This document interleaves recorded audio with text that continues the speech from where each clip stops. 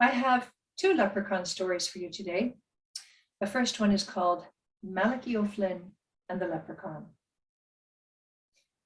Now, Malachy O'Flynn was as rotten a man as was ever coughed up by the green hills of Ireland. He was so mean, he'd never been able to secure himself a wife, and so had no children neither. The only people he had to talk to was the occasional passing merchant. Malachy O'Flynn's farm happened to be on the migratory route for leprechauns traveling from County Kerry to County Cork. And so he saw leprechauns too. He wouldn't run after them. He was so ungainly, he would lumber after them, crying out, "Come back here, you wee fiend, and tell me where your gold is hid." But the leprechauns are fleet of foot, you might know, and they were never caught. Until one day, when a particularly opinionated leprechaun happened to cross Malachy O'Flynn's land.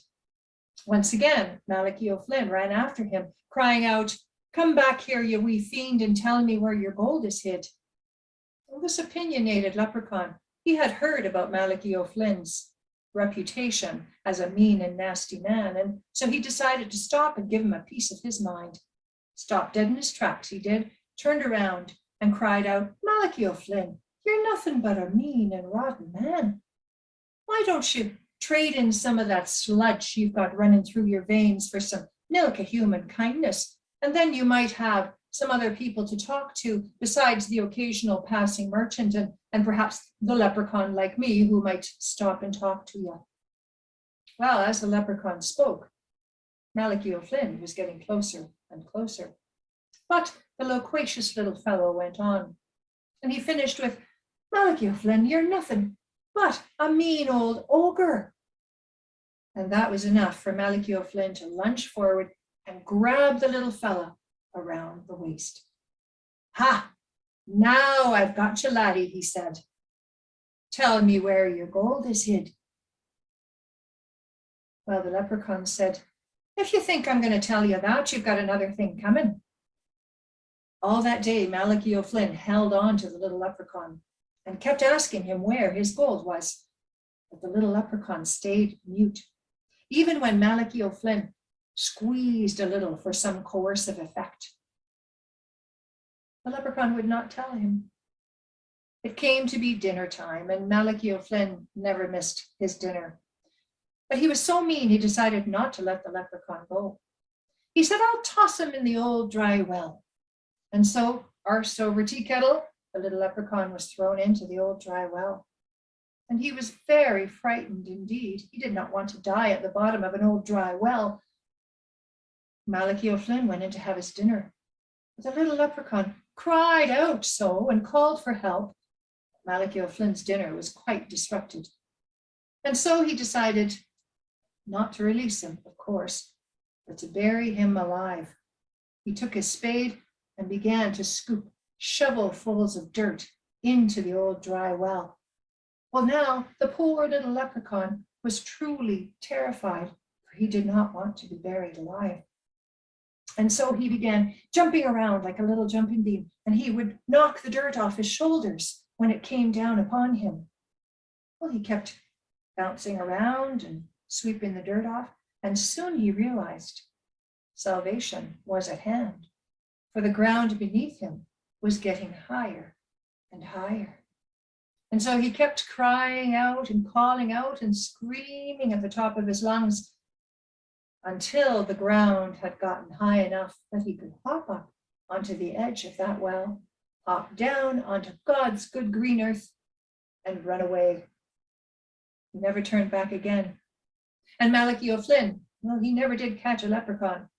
But there is a moral to this story. For if someone heaps dirt on you, just shake it off and run away. My second leprechaun story is called The Ragwort Field.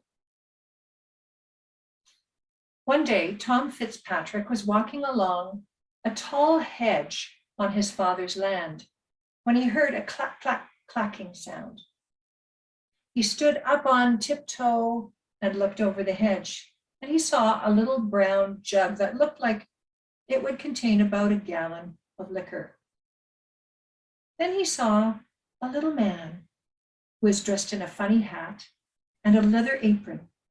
The little man climbed up onto a stool, dipped a cup into the liquor jug, and then put it beside his chair that was sitting there. And the little man sat down and began hammering on the bottom of a shoe that was just the size of his foot.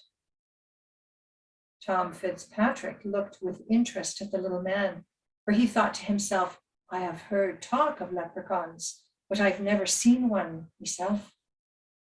And so he was sure he had a leprechaun in his sights, and he knew that he mustn't let it out of his sight. So then he squeezed his way through the hedge, all the while watching the little man. And when he came through, he said to the little man, God bless your work. The little man said, thank you kindly. And Tom Fitzpatrick said, but why might you be working on a holiday? And the leprechaun said, well, that's my business and not yours. Well, said Tom, might you be telling me what's in your jug? And the little man said, that's beer. Tom said, beer? And the little man said, yes, it is. And do you suppose you know what it's made from? And Tom said, oh, malt, I suppose. All the while he kept looking at the little leprechaun. And the little man said, well, that's where you're wrong, for I made it from heath. Heath, Tom said, you don't think me such a fool as to believe that. The little leprechaun said, well, you can believe anything you like. But while you've been talking to me, the cows have gotten into the oats and they're knocking the corn about. You'd best pay attention to your father's land. Tom was just about to turn to look at what the cattle were doing, and he remembered he must keep the leprechaun in his sights. And then he lunged at him and grabbed the little man and said, I know you leprechauns have money. Where's your money?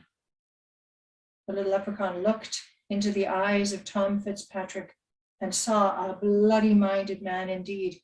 And so he decided he'd best tell him.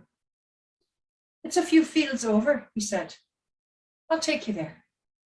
And so, with Tom still carrying the little man and not taking his eyes off him, off they went a few fields over. Now, it was a bit of a trek because they had to go through ditches and over hedges and through a crooked bit of bog, but finally they made it, with Tom still holding the leprechaun.